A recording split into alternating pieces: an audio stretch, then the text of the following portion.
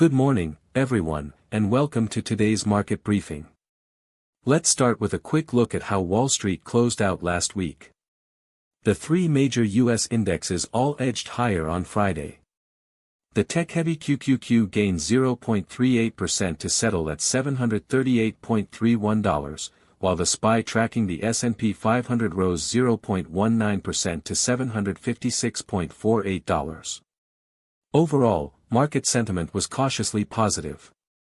On the stock level, MicroStrategy jumped nearly 4.8%, but that didn't trigger any abnormal volatility standards, so it's considered normal movement. However, tech heavyweights Nvidia and Tesla both fell more than 1%, dragging down the broader tech sector. There were no significant individual stock moves exceeding plus or minus 10% yesterday. The trading structure was characterized by small, incremental upward moves, with capital tilting toward defensive growth names. Now shifting to the global macro picture. The yield on the 10-year U.S. Treasury note edged down to 4.45%, reflecting slightly heightened expectations for a marginal easing of liquidity conditions, though the move is not significant enough to signal a trend change. The VIX, often called the fear gauge, fell nearly 3% to 15.32, still within the normal 15 to 25 range. Investor fear is clearly receding and confidence is showing signs of repair. The US dollar index, the DXY, continued to weaken, dropping 0.16% to 98.94. This ongoing weak dollar environment provides valuation support and encourages capital inflows into emerging markets, including China's A-share market. On commodities, WTI crude oil fell to $87.36 a barrel, pressured by short-term demand concerns, but geopolitical risks in the Middle East remain a catalyst for potential upside. Gold performed strongly, with COMEX gold rising 1.37% to $4,593 an ounce, driven by a weaker dollar and safe haven hedging demand. To sum up the macro picture, a low VIX combined with a weaker dollar points to a risk-on environment overall.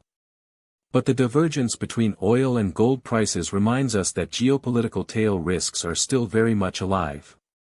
Let's turn our attention to the yuan and the external environment for Chinese assets.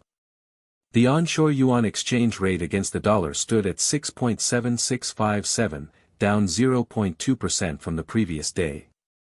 The yuan is facing notable short-term appreciation pressure, with the 6.75 level acting as a key near-term battleground for bulls and bears.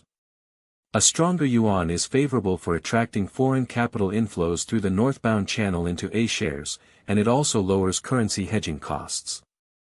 On the trade front, according to the latest reports, China and the United States have agreed in principle to discuss a framework for reciprocal tariff reductions on products of comparable scale, with each side involving roughly $30 billion.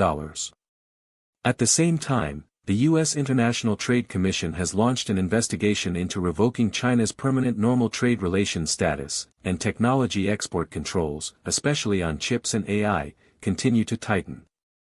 The European Union is expected to decide after June 9 whether to impose additional tariffs on Chinese electric vehicles. The overall picture is one of partial tariff negotiation easing alongside long-term intensifying tech competition. Driven by a rebound in global risk appetite, a stronger yuan, and the prospect of tariff easing, we expect the Shanghai Composite Index to open flat to slightly higher today, in a range of about 0.2 to 0.5%, forming a corrective rebound from last Friday's decline. Now let's move to our forecast for today's A-share market. For the major indices, the Shanghai Composite is likely to trade in a volatile but slightly stronger range today, with a roughly 40% probability of an up day. The Chi-Next board, driven by sentiment in the tech sector, may stabilize and attempt a rebound. However, the Chi-Next fell more than 2% last Friday, so we need to see if volume can support a recovery today. Looking at sectors, the technology line, particularly AI and semiconductors, is expected to be a main driver for today's rebound, fueled by recent independent innovation progress from companies like Huawei and BYD, along with brokerage's bullish long-term outlook on AI. The new energy vehicle and battery sector also looks promising. CATL's plans for mass production of sodium-ion batteries, combined with warming expectations for new energy vehicle subsidies, suggest the sector has valuation repair potential. On the risk side, investors should avoid the aviation and shipping sectors, which are directly exposed to Middle East geopolitical conflicts and rising oil prices. Also, be cautious about potential pressure on AI export-related chains from escalating U.S. technology controls. As for northbound capital, with a weaker dollar, a stronger yuan, and a global risk-on mood, we see a high probability of net inflows into A shares today, with an estimated scale of 2 to 4 billion yuan. Here is today's core takeaway in one sentence. A weaker dollar, a low VIX, and easing tariff tensions are keeping the risk-on window open, giving A-share technology and new energy sectors a short-term advantage. Thank you for watching today's market briefing.